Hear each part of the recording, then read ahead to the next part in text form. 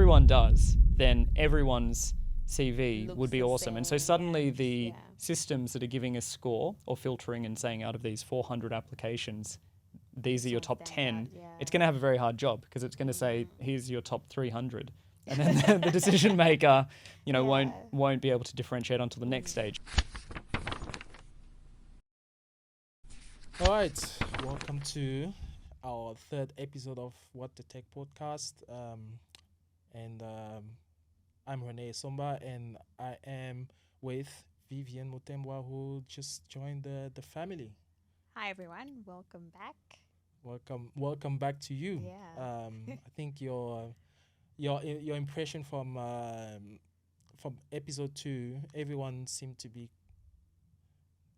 quite excited to have listened to you, and it brings diversity, and to know that we also have a lady who's part of the what the Tech podcast family. It's outstanding. So Yeah, I'm happy to be here. Very excited. yes, so many good episodes to come up in the future, and we'll just we'll keep doing our thing, and Yeah. we'll see how it goes. And today, and for this episode, we have our first guest.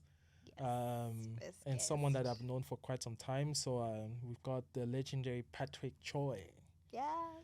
Hey, guys. I think if there was a Yeah, like some we're clapping clapping, happening, yeah. we'll be like clapping. But so Patrick and I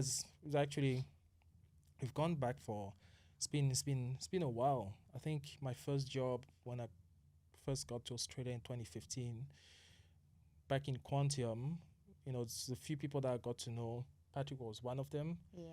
And we became even closer because we played basketball together. So who can, the man of multiple talents. But having said that, Patrick is a good friend of mine, and having him for this episode it's good because of the topic, and as you know, because of everyone trying to get into AI.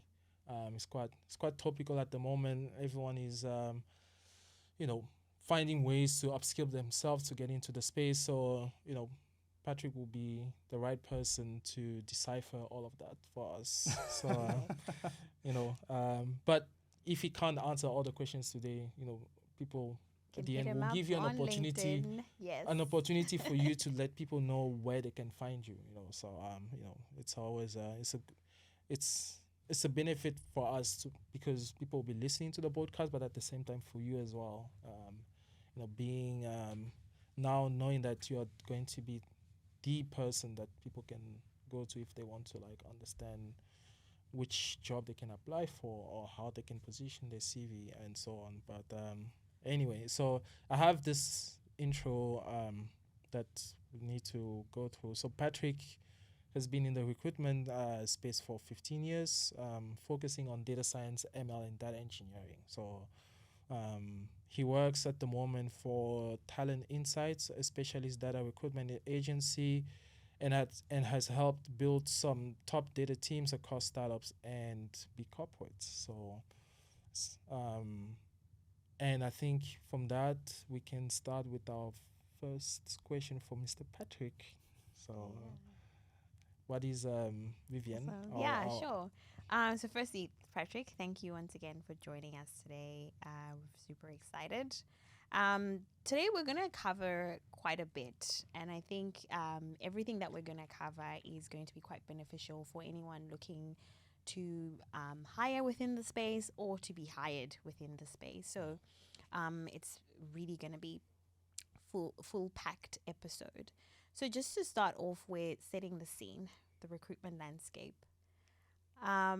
With the rapid growth of AI and its integration into other industries, all the different industries, what are some of the emerging roles that you're seeing, like, for example, AI engineer, and how soon do you think these roles will become mainstream, particularly within the Australia, or if we want to cast the net a little bit wider, the APAC region?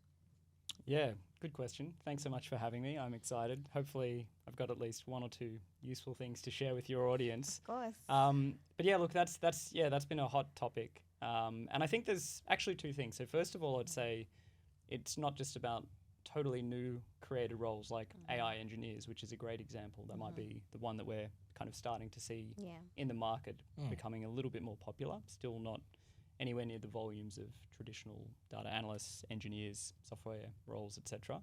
But we will start to see a shift and some change, inclusion of AI skills and tasks within different roles. Lots of hybrid roles or data science requests and jobs in the last 6 months have had, 10 or 20% requirement for spending times building out AI, Gen AI, LLM projects and wanting that experience as part of that hire. But yeah, I think the general trend would be to actually get things done, to start to realize value. There probably is a little bit of a slant towards adding in some engineering skills into the mix. So we're seeing more computer science or software engineering coding skills, people who've actually played around, experimented, used, whether it's professionally or in their own time, some of these kind of major models. And also the pieces in between, some of those cloud services that are actually needed to glue things together and to make it work, connect data from a company into kind of, RAG-based systems, etc. That's really important. So yeah, definitely shifts a little bit more towards kind of engineering. We will see some more strategy-based roles. So some things around like AI ethics and governance. Yes. That's normally not falling under my kind of day-to-day job and types of roles. I usually sit a little bit more on the technical side. But we'll see that. There's a lot of companies who are thinking about that, and there's obviously lots of companies who have the budgets, who've already started doing work, but they're being a little bit cautious maybe because of some of the risks potentially in terms of like opening up their data to some of these big vendors overseas, etc. But yeah, I'd say definitely you're on point. So engineering skills taking place. Also just a general trend of people who are keeping up to date with some of the latest technologies. That's really giving you an edge in the market right now. For sure. Yeah.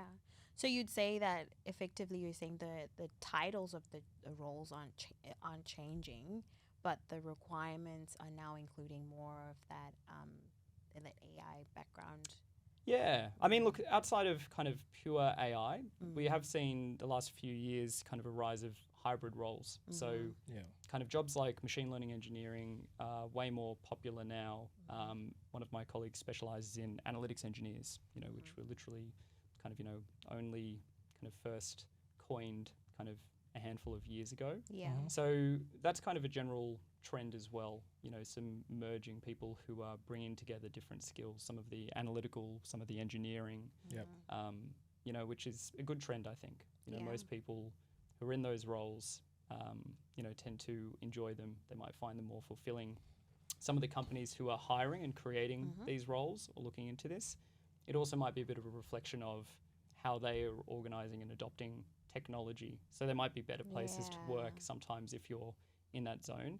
If we kind of contrasted it to 10 years ago, back in the earlier days of kind of big data, machine learning, we were still actually looking for lots of these same kind of combinations of people or people who had that experience, but we were just restrained because out there in the market, people would be falling under an old or certain job title and would have to keep tags and notes and have them in special buckets so that when I'm talking to a client, I can say this guy's actually, he's able to kind of productionize and scale up machine learning models. He's not just a data engineer who kind of builds pipelines and simple stuff. Oh, okay. That's quite interesting when you talk about organization needs. So what is informing hiring managers when it comes to the candidates that they want and the specific requirements that they communicate to the recruiters they work with? Like, if you're saying organizations are still figuring out how to, use AI successfully, how are they then expecting people to have experience within the space? And also, how are they then designing the requirements for the recruitment? Yeah. Great question. I don't know if everyone's doing it well, but that's been the case for a long time. That's why I've still got a job in recruitment. So, I mean, how is it actually happening? And I'll try and then differentiate with how some of the better companies might be doing it. So I think a lot of people will be doing their research. Lots of hiring managers, will be going out looking at what other companies have been hiring. So they might have in their head, the Google of the world, the Facebooks, Amazon, some of these companies who are a bit further ahead with AI. That can be good and bad because obviously in APAC and Australia, the composition of our market and companies is very different to tech heavy. Like our economy is not built like that. A lot of the AI and data roles aren't at the pure research level. We don't have kind of teams where there's hundreds of engineers who are building novel machine learning models or their own LLMs largely here.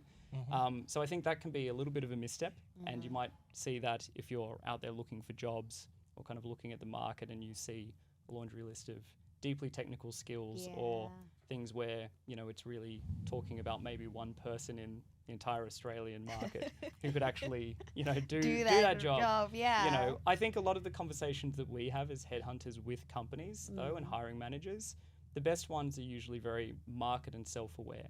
So we're having a pretty open dialogue, and they're actually asking for feedback. They're saying, what are you actually seeing out there? How can we form this profile? What are the negotiables around the edges so that we can make this work? And we usually start off by saying, you know, where are you trying to go? What do you actually need to do? Is this fully budgeted, or is this kind of like an experimentation or kind of pilot? And then all of the budget is depending on its success, which is kind of unknown. So if we went all in and hired a team of people to focus on AI and it ends up being super speculative, and 6 months later it doesn't have legs, there's no value. They'd have to dismantle the team and Exactly, that's negative, and that's some of where I think companies are hedging a little bit, and we're seeing some of those hybrid requirements coming through. So as I said, you know, a really good live example from, you know, November 2024 here is a lot of the data science hires that we've been making and working on. There's been an element where it's either a preference, you know, nice to have if they've actually had some experience with kind of using LLMs in a business setting, or at the very least in different use cases, on side projects or certain kind of technology stacks and vendors. And that's kind of being folded into the job description or something that might separate them out if there were otherwise 2 or 3 equal kind of candidates. I just wanted to add, like, which industries you think are doing it better than the others when it comes to that process. Okay, to like how to come through with a good spec for what is a fairly new role or roles that are using new skills. I don't know if there's like industries in particular. I think that's hard to say because we hire across everything, you know, finance, startups in ag, startups and scale-ups in kind of just pure commercializing data sets. You know, certainly retail we've done a lot of work with on different kind of angles, from different angles.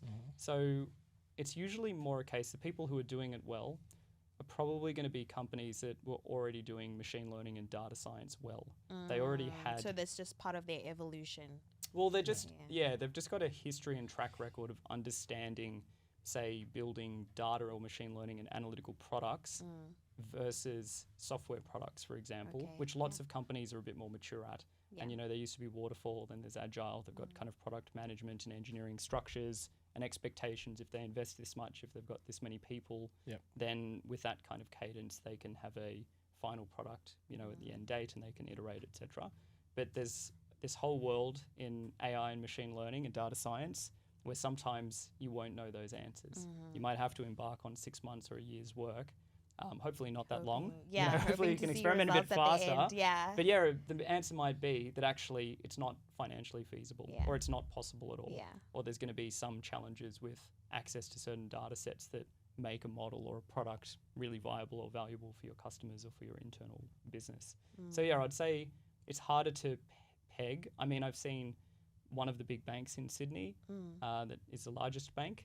They've been doing better out of their kind of direct competition. If we're kind of looking at, say, the 4 or 5 major kind of banks, they've definitely had some really good talent, some sensible kind of hires. They've had a lot of internal people kind of moving who are already working on POCs for over a year and getting things into production. There's been, you know, one of the insurance companies, which has also done quite a bit of work. And unfortunately, it's not the kind of stuff that they kind of share out in their PRs. The only kind of projects that are largely shared tend to be boring stuff, like we've built a chatbot for, you know, customers. Or, the customer-facing stuff that something people really can simple understand. For internal employees. But then there's actually stuff that is kind of now in play when you kind of go and have coffees and chats with, you know, the teams who have been working on some of this stuff, which is really cool.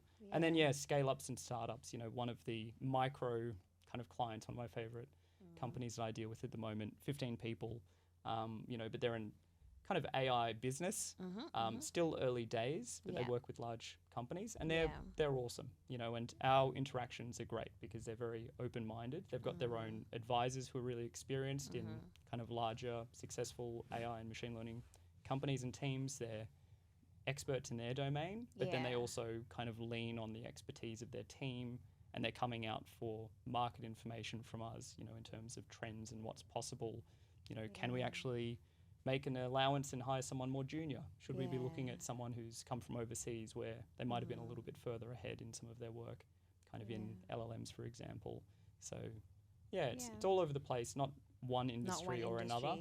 What I'm getting from that is that it's very strategic. So the strategic recruitment, it's not just like, oh, we have to jump onto this AI bandwagon. It's like, this is the right time, and this is how it's going to fit within our business evolution and what we're doing. So that's great. So it sounds like also, because I'm coming from a consulting, the consulting industry, and from what you're describing, it sounds, it's kind of explain why there's this like little drought that is happening in the consulting space in terms of projects, not necessarily clients or people willing to pay for consultant to come in and do some of the project, because obviously the strategic implementation is still at its early days for many organizations, so they're not willing to just spend money to have consultant consulting hours to come and do assessment and building POCs, when they have to like also understand exactly what is that they're trying to achieve. Yeah, that's very true. That's a bit of a trend as well. So I think like just talking most recently in the last kind of 18 months or so, that's definitely been a little bit of a trend just because of the economy, and it kind of extends to recruitment around the AI and data space as well. We're a bit of a luxury for lots of our clients. But we've seen that companies trying to make do with their own resources, putting projects and spend on hold until things improve, hopefully very soon. And we're starting to see some signs of that now.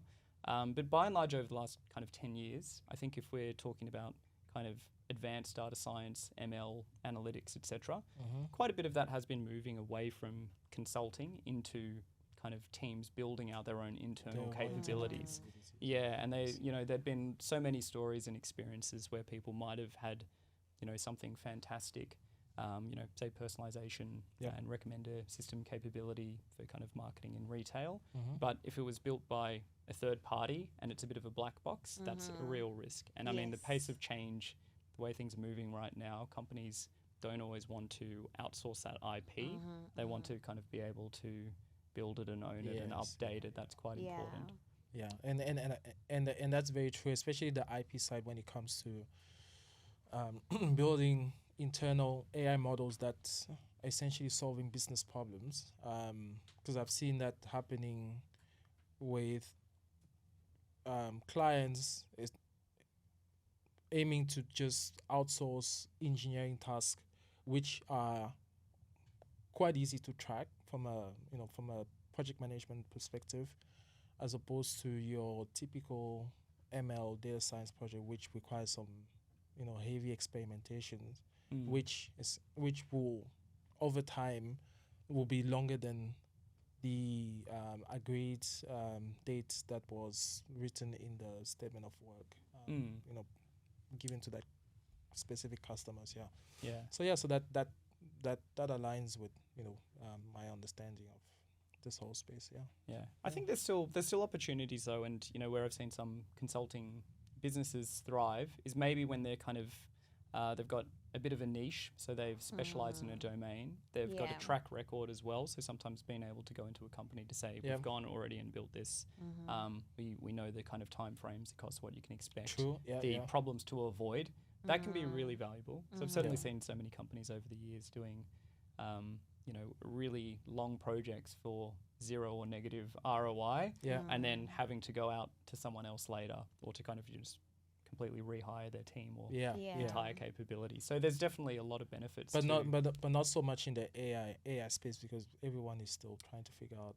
Yeah, I trying to think figure I out. think so. And the other element might be, which could be relevant kind of in AI, not just kind of ML and data science and analytics, but if a consulting company also has some of their own kind of proprietary data assets as well, potentially, that can be good. And they don't always have to own it. There's also, been a bit of a trend for some companies to help commercialize or make available very large, useful, valuable data sets to others. Yeah.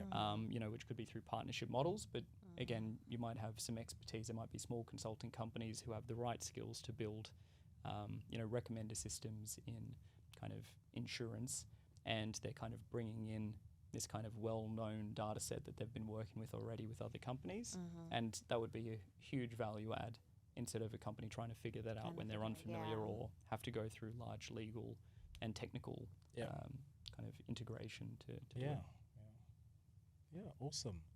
That's a lot to take in. I might have gone off topic a bit. No, it's definitely still on topic. It's yeah. still on topic. And I think we kind of already touched on this, but more directly, how are AI-related roles evolving the team structures that you see in the organizations? Like you mentioned, those roles are still being created, but at the same time, you need to make space for, like, if there's an AI engineer, are they on the same level as a data engineer? Is it, like, what are the, like, how do you differentiate? Yeah. Well, I definitely don't have all the answers, but I can tell you what I'm seeing and hearing, and it is interesting. We're seeing all sorts of stuff. So, and I'm happy to also pitch in a few things, but you go first. Well, I think we're definitely seeing kind of AI hires and roles, probably a little bit more so. Majority of them still falling into data teams if the company has a kind of data org.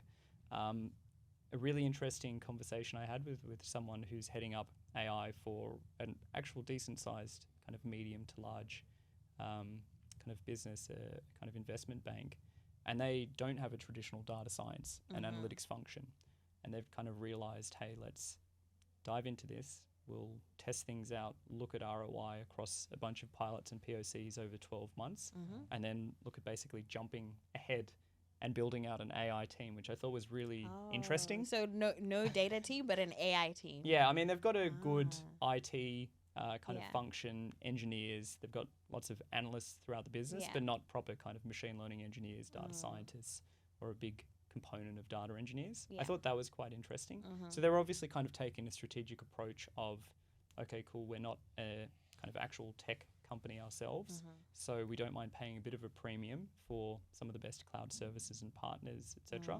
And we're not going to be trying to build everything ourselves, which again, I've seen that firsthand. Yeah. And I mean that's going to happen a lot in AI in particular, right? Because in Australia we're not kind of we don't have lots of jobs which are kind of going to be for Anthropic or for OpenAI, etc. It's largely companies and businesses that are using AI for their core business or to accelerate their competitive advantages. Yeah. And so what has been the impact on salaries, like within that space? Given that you've mentioned that it's very hard for organizations to have a firm understanding of the return on investment that they're going to get, are they willing to take out their checkbook and write a big checks for the people that they're hiring when you don't know what you're going to get? That's a good one. Not necessarily, and I think that's probably more just big economic factors in the general market for data and tech talent. So, in Australia, unfortunately, the last really 12 to 18 months, it's been a bit of a down market. So the overall trend for existing jobs, not necessarily just AI jobs, has been really flat. In some cases, been going down by, say, 10%. Same job, same team compared to 2 years ago. We're starting to see a bit of an uptick. And then again, I think when you are specialized, so if we're talking about, a role and someone who's actually had experience and even better production grade experience with some of these kind of Gen AI tools, models, etc., then they definitely can command a bit of a premium. If they're already working in a company and they're aware of that, then Yeah. they might have already been promoting them or bonusing them, so they're Yeah. less likely to kind of come outside. But yeah, there definitely will be a bit of a demand. Like, I don't get to set the salaries. I can Yeah. inform. I can Yeah. talk about benchmarks when we're having discussions with clients. A lot of it is around, who's your ideal target? What do we need to get done? What are some of the constraints around kind of teaming, work, the realities of things as well, so that we can kind of meet in the middle. Personally, I'm a big proponent of a policy which was, I think, made famous many, many years ago over in kind of the US in the software world, which was pay unfairly. So if you've got a superstar, you should, pay them out of bounds. But that's really hard to do in companies. Okay. As soon as Yeah. they're small, mid-sized, or you've got more than one person doing a role, Yeah. usually Not in the back end, sustainable. there's like finance and HR rules around this is an employee level 7, and that banding is, a certain amount. And so that can impose some challenges, particularly if we're now kind of entering this world where there's really niche skills and there's a little bit of a race to get limited top talent who have had kind of some higher or stronger experience with those Yeah. niche skills. Yeah. So I think there's definitely going to be a bit of a premium for that. There's still quite a lot of hype, and it's hard for companies to determine, is this person actually a superstar or not, or what are the pros and cons and downsides of hiring person A versus person B. Yeah, it's quite interesting when you talked about Silicon Valley, because obviously Australia is not as advanced as Silicon Valley when it comes to AI tech space. So when people have experience, is there a focus from the hiring managers or the organizations on somebody must have the technical experience, but it must be Australia specific, or are they okay for someone to be, coming from a different geographical location without any Australian experience? By and large, for the roles that I work on, it doesn't matter as much if it's Australian experience. I think depending on the domain and the particular use cases, then it might. So say if it's kind of within finance and there's a lot of understanding of compliance, risks, things like that, certain data sets or protocols that you might be building models within or problems that you're solving, then it would make sense, if we're worlds apart. But there might then be close second or very equivalent markets. So just a hypothetical example might be, open banking data. One of the clients that I work with that's doing some AI work, that's their kind of bread and butter, open banking data. And a lot of the rules are there and the system is very similar to the UK. There might be other industries where Canada or South Africa, in insurance has very similar structures, which makes sense. Yeah. Within Asia, traditionally with like big data engineering back in the old days when we used to define big data as just data.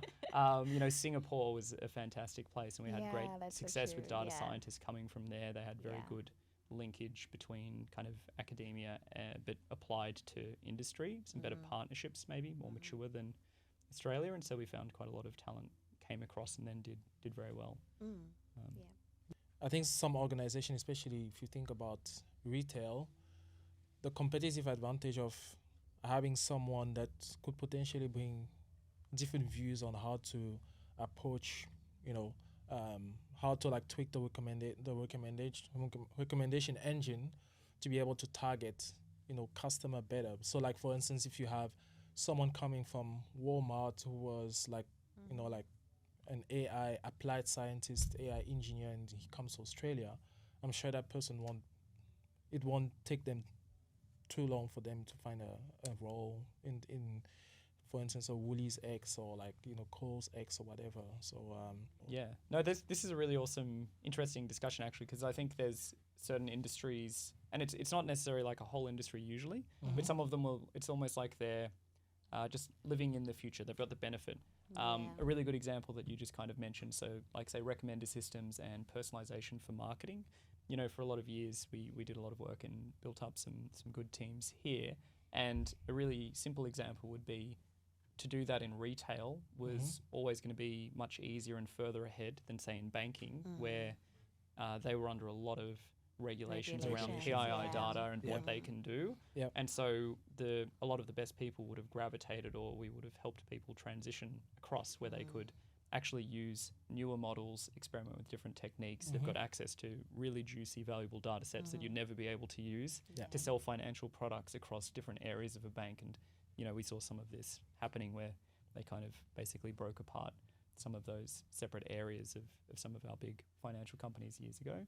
But yeah, there's also little windows. A good example when you were just talking about someone overseas, I just placed in a Australian guy who had been working in the UK for the last few years doing research, initially in really, really high-tech material science, but then some of his friends and contacts convinced him to go and work for one of the big UK banks. But they were actually quite a bit ahead of kind of the Australian market. And so when he kind of came back here at the beginning of the year, he'd already had over a year implementing end-to-end kind of models using LLMs. And so it was a fantastic kind of hire. But yeah, I'd seen equal things as well with the US and even some of Southeast Asia with like e-commerce, for example.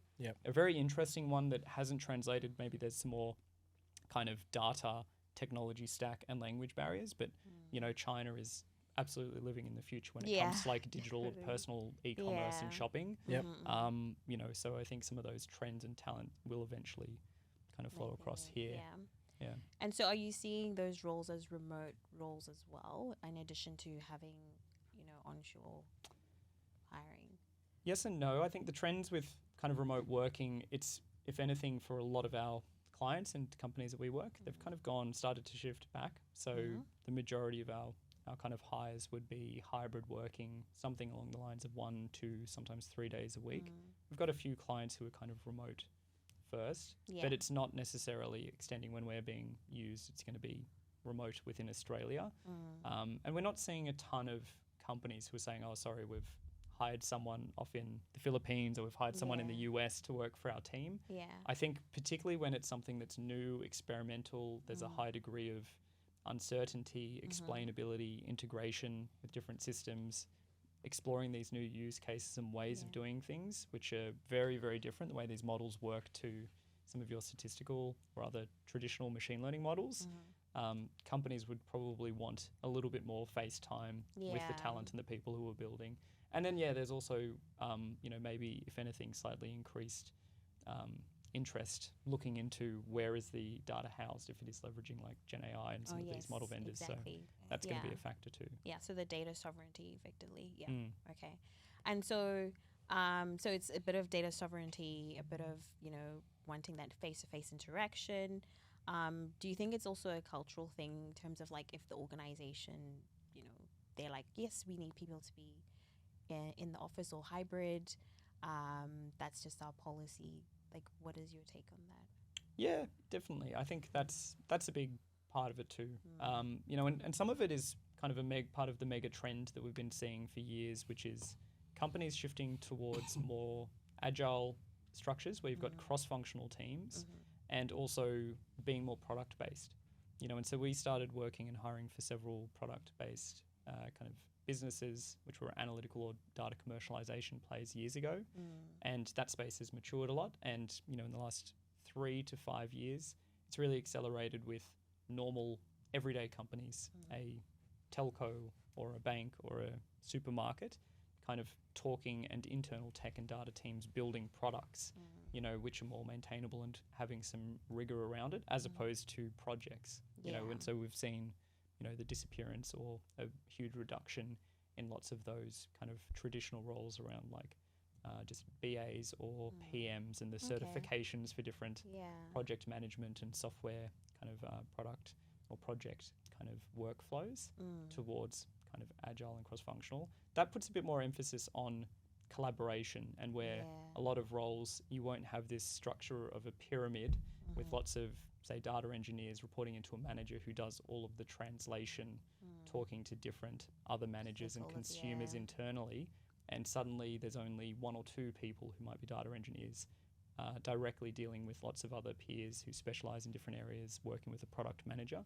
And so you need more interaction, you need more context. And that's, we've been seeing that across the board. Okay. So just now moving on to the candidate side of things. When it comes to adapting resumes, you talked about how, you determine this person's a good candidate.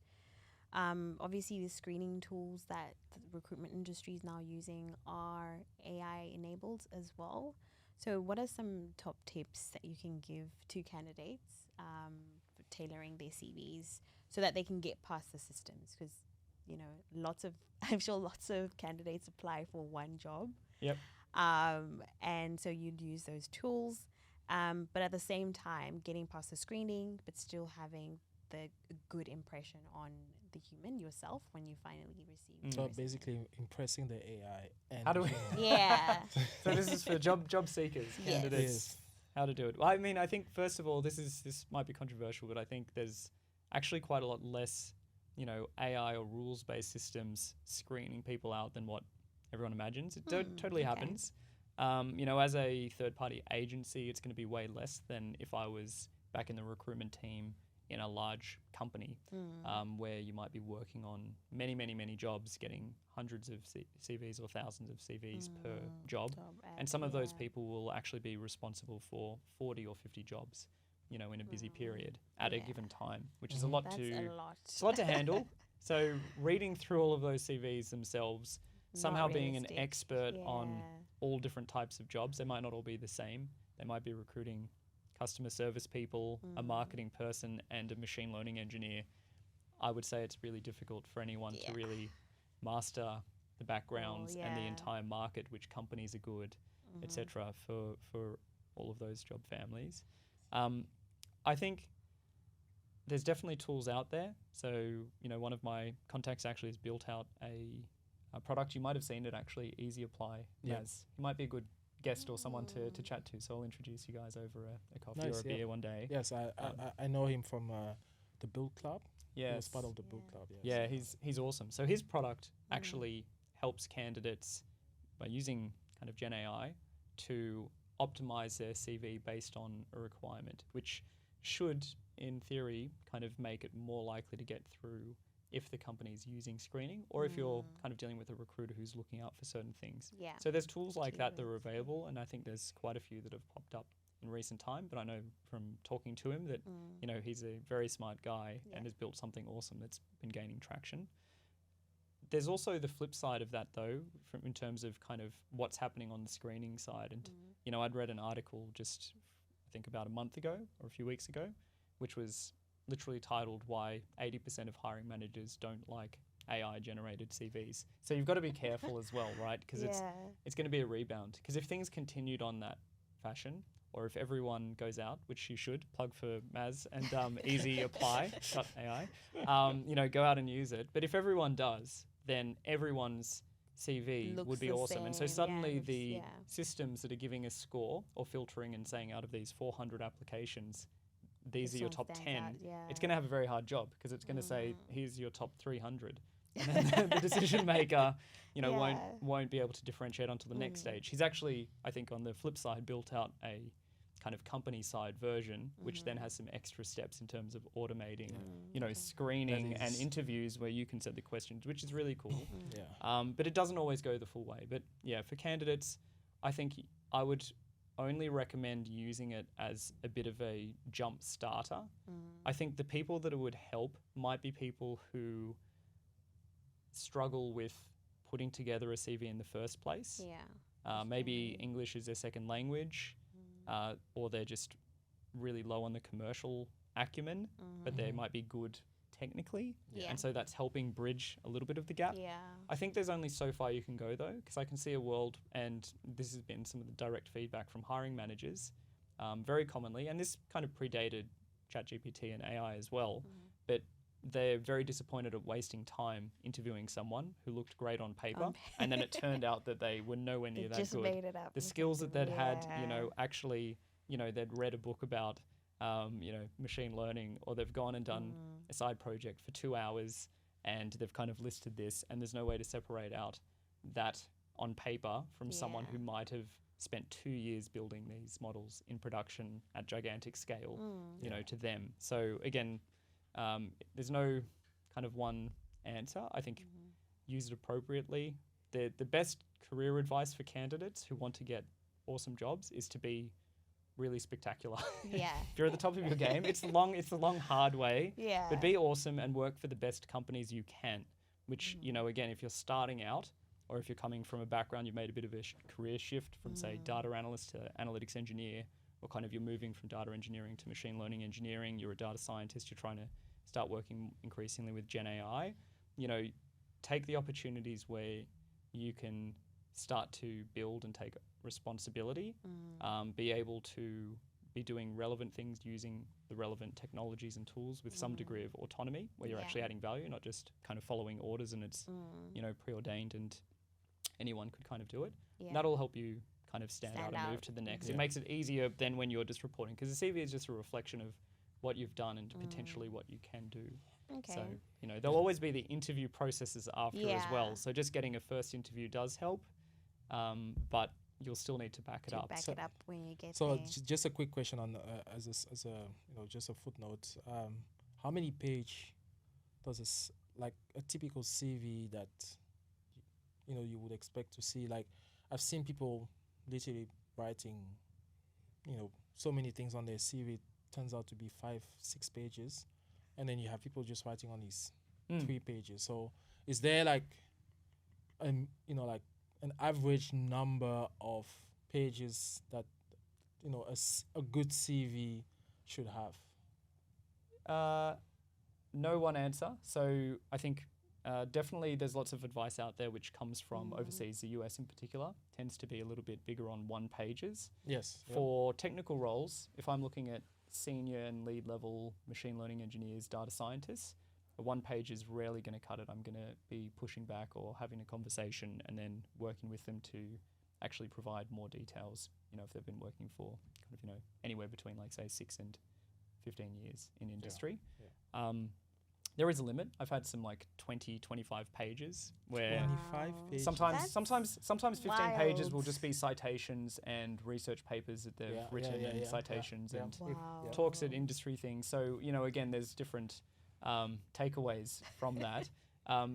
If someone's a graduate with 1 year of experience, so kind of a junior perhaps, I wouldn't necessarily think they've done enough to warrant kind of having a 5-page CV. Probably 1 or 2 pages is enough to highlight and give talking points and talk about what they've done to this point. But So yeah, you I'm not a big stickler for like limitations. Yeah. It depends on like, are you providing really good quality, useful information? Are you answering the questions that I would be asking in an interview or that I care about? Because I'm trying to read into your self-awareness and your acumen and what you've done. There's certainly just some base mandatory skills and knowledge for lots of roles that I'd want to see there. But then you could also argue that that specific CV you're looking at, that person perhaps had summarized maybe into like one tiny paragraph whatever they've done, for every single organization that they work for.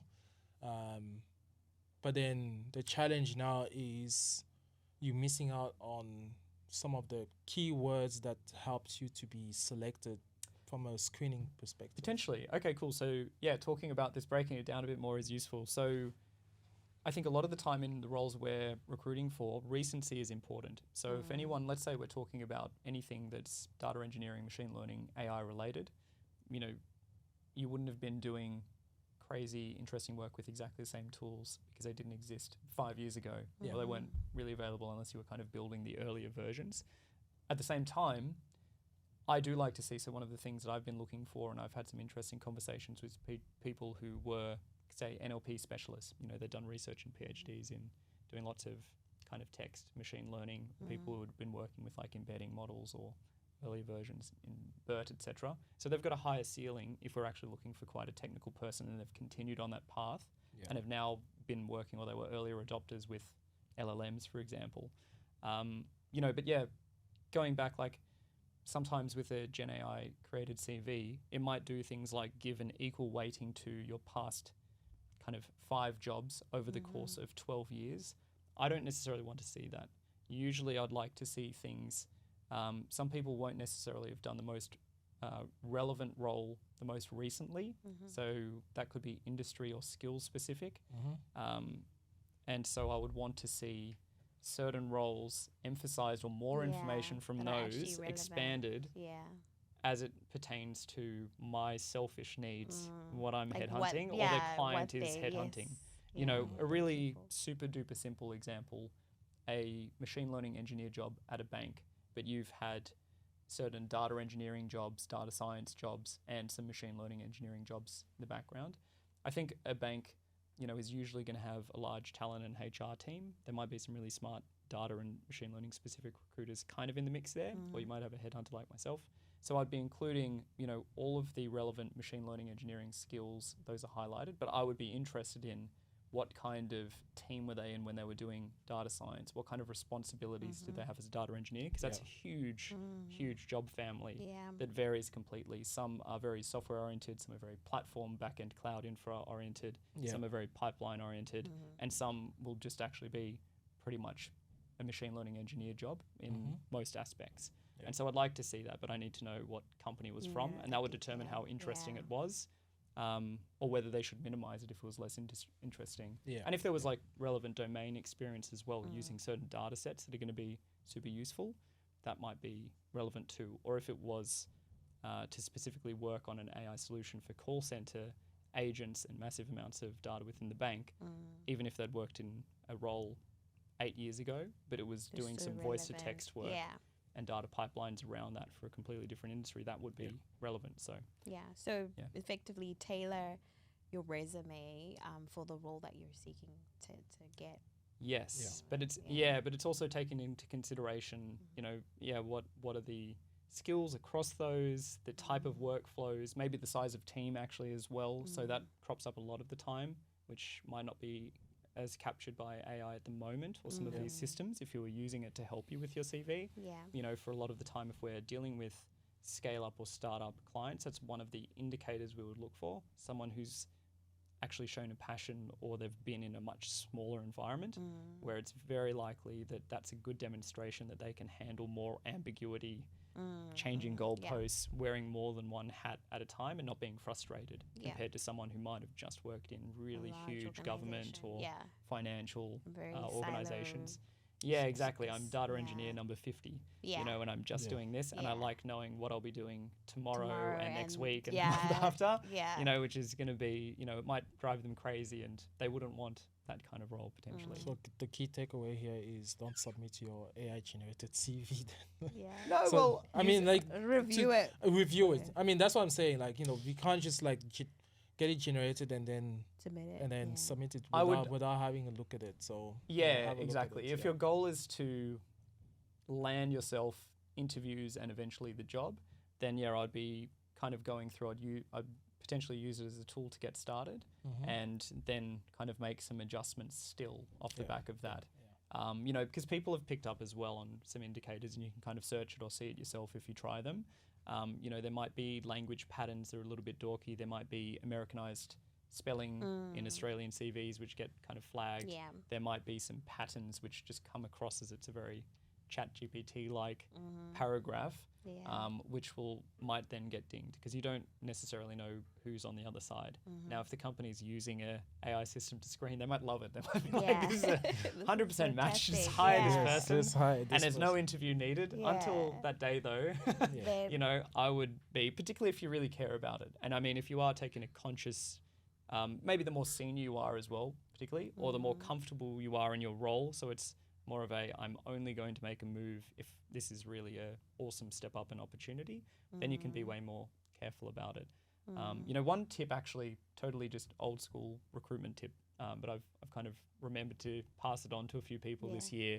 It's been, even if you're not looking for a job, as you're going through every year or so, it's a really good idea to actually jot down and do some updates on your CV. You don't have to send it anywhere, but those details are going to become more distant. And you're going to forget some of the key things, not just the technologies and tools, but it's things like if you had actually been the person who was responsible pitching an idea in an internal kind of, you know, innovation day or something that is then spun into a project, and then being able to measure the ROI. We got a visitor. We're getting attacked.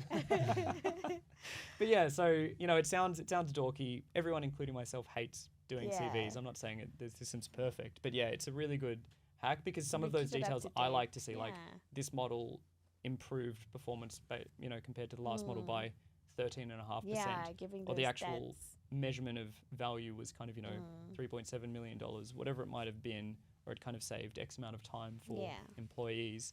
That's really important. If that disappears, then you value end up having a statement. generic resume just saying kind of, build this model, Yeah. use this tool. And I think Cool. that goes quite easily into the next question. And when we're almost wrapping up, I think we've got so much to talk about. But wanted much. to touch on, obviously when you're doing your resume, you're thinking of, okay, what experience do I have? And then maybe you're like, oh, perhaps I should do some certifications to beef up my resume, or maybe I need to do a degree. What are your thoughts on, like, when it comes to choosing certifications or degrees within your space? Yeah, well, I mean, Rene's very experienced, so I probably would base some of my answer on his chats that we've had over beers, because you've been through the long and painful version as well as kind of staying very constant. Yeah. My 2 cents are I've never pushed anyone or encouraged them to go and spend money or take 2 to 4 years off work to do a degree to get a job necessarily.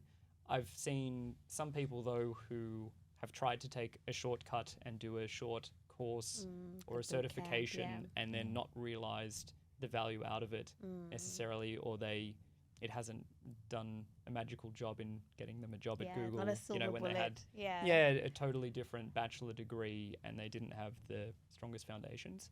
The things that I usually look for, and this is weighted towards experienced and senior hires in kind of technical fields, I care deeply about the companies that people have worked at, because that's an indication, and I know most The of the good exposure that ones, they've and I got, know the experience, breakdown of the work and the workflow and the hiring standards. So that's usually one of the better indicators, and we can go from there.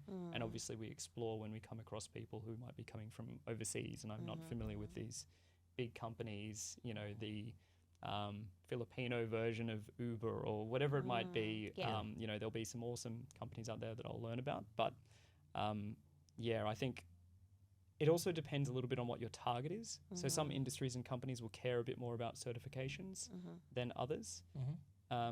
Doing your own work and side projects and getting hands-on with relevant valuable tools and projects is probably my main advice, I think, to people who are in this situation, who are tossing things up. If you're constantly trying to get into a team that's within retail, that's building recommender systems and it's using certain underlying techniques, kind of graph neural networks or whatever it might be, like GBMs, go find yourself a free data set online from an old kind of like retail hackathon or something like that. There'll be ones available that are huge, and go and build yourself a recommender system, play around with different techniques, use those models.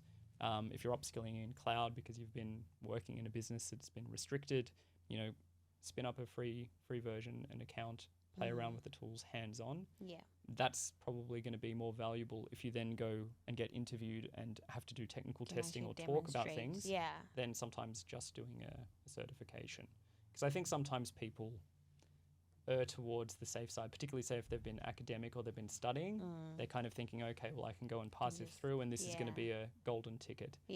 But in my experience, it's usually not, at least not for lots of the teams I hire for. What about you, though? You've done both. You've done all of the above. Yeah, I've done all of the above. I think it really depends on what you want to get out of it.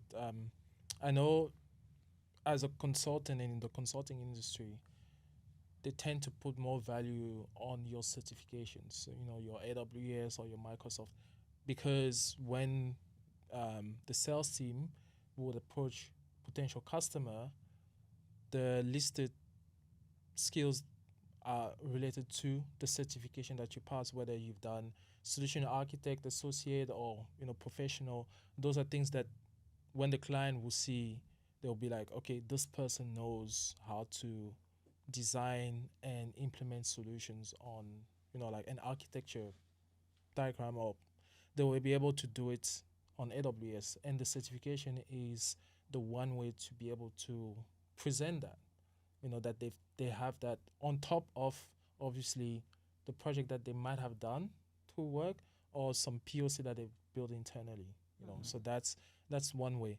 But on the other side, you have the people that they want to have a bit more structure. They want to go deeper into understanding how certain things work. That's why, you know, you have now like universities that instead of giving you, you know, like a full-on degree, they will give you like a 12 months diploma into, you know, AI or data science or machine learning, because they've identified that no one is willing to sit down for like 3 years to 4 years part-time, or even full-time is going to be 1 year or 2 years, but no one is willing to sacrifice that because income, from an income perspective, you know, you'll be, you know, affected. But then the part-time one is going to be 4 years. Why going through that 4 years suffering at the end to kind of like stay in the same job, or like, you know, not necessarily getting the Google or, you know, like the Atlassian of this world, because that was your intention at the beginning, but it didn't materialize at the end. So now you have universities giving diplomas because they want to cater for that market of people that want to do a bit more than just doing a certification, and they want to go a bit deeper into understanding that specific topic that they want to learn about. And you tend to see certifications more important for engineering roles because they're a bit more hands-on. And then your typical data science and ML are the ones that you get through your diploma. So, or, you know, the people that are willing to actually, you know, embark into an actual university degree. So, so that's essentially like the two sides. At the end of the day, people just need to understand exactly what is the actual goal. I have a few actuary friends that they're now messaging me because they want to start doing AI and ML, and all they remember is that when they were still trying to pursue their actuarial qualification, I decided to switch over and do a master's with Georgia Tech. But having said that, having got the degree now, I don't actually see the full benefit besides just the fact that, you know, I'm considering myself as an alumnus from Georgia Tech, but I'm not actually using most of the knowledge that I got from my master's. So the question that I always ask them is, yes, I went through that master's, but do you actually need to do that? Are you doing the master's because you just want to like learn something new and feel like you have a bit more choice to switch between insurance to go into tech, or do you just do that because there's some? What are your motivations? So you know, based on the answer that they'll give me, then it's easier for like to identify which path is better suited for their goals. Yeah, I think that's a really good example, because I've seen other people as well making that switch, and it's really lovely sometimes when I talk to someone who might have come from a stats, maths, actuarial background. They're working in analytics, data science for years, and then they realize that they would love or they enjoy some of the other aspects within the kind of value chain or a product life cycle. Maybe they actually determine that, you know, the engineering aspects are really fun, or they're kind of close to the action, or they love that side of work. When you've already experienced and you're in that and you've worked with good professionals from those different backgrounds, I think that makes it a little bit easier then to determine, you know, should I invest this time, or the kind of economic opportunity cost, you know, in taking time out of work if you were going to kind of go and pursue a degree. And I've seen some where it's awesome, they've gone and done a computer science degree, or they're focused on software engineering, for example. But it could be as simple as, you know, again, side projects or some diplomas, certifications, or even targeting roles. They kind of say, I'm working in an awesome company to get a role where I'm now splitting some of my experience, and they're going to allow me to do some engineering. I'm going to go to a slightly crappier, smaller company. I'm going to take a bit of a pay cut in my next move, but then I'll get to be hands-on for a year or two and add that to my toolkit, or I'm just enjoying it. I think that's really awesome when people do it, but they're doing it based on the true, genuine enjoyment they or their understand kind their of desire, and motivation, they've been a bit educated about it. It's not just based off of, you know, an article saying that AI engineers pay better than data scientists now, or whatever the flavor of the month is. Yeah. So maybe then it goes into the question of contracting versus permanent. So when candidates are trying to decide, particularly with these new roles, should they go for one or the other in all scenarios, whether it's tech and data, and what are the advantages and risks of both in your experience so far? Yeah, cool. So like we've seen, over the journey in the last kind of 10, 15 years in kind of tech recruitment, and then 10 years in kind of data. Contract market was quite young. Lots of data roles back then. Now it's matured a little bit. There's no right or wrong answer. It really depends on the person and the scenario. So everyone's going to have their different kind of risk factors depending on mortgage, kids, career as well if you're in a niche, or even if you're in a smaller city, you know, which in Australia is many outside of, say, Sydney and Melbourne, where there's a lot less top-end machine learning or data roles or AI roles at the moment. So, but I mean, once you get to a certain stage in your career, which might be past kind of junior and mid-level, then contracting might become a really valuable route to take. So again, it really depends on the individual circumstances. It could differ widely, you know, between companies, what that engagement style or opportunity is like. Sometimes contracting roles could be very repetitive and you're an expert in doing one type of project and you just move around between doing the same thing. Different companies doing exactly the same things. Migration work would be an example of that, or people in finance, data finance roles where they're doing like remediation work, and every bank is going through the same thing or updating standards. But then there's lots of other times actually within data and AI where the role exists as a contract because of completely other factors, such as the amount of budget that's been allocated, or there's some rulings in the back end from a company perspective around headcount. So, you know, if you're talking to someone like myself, we'll always be really open around why is this a contract role in the first place.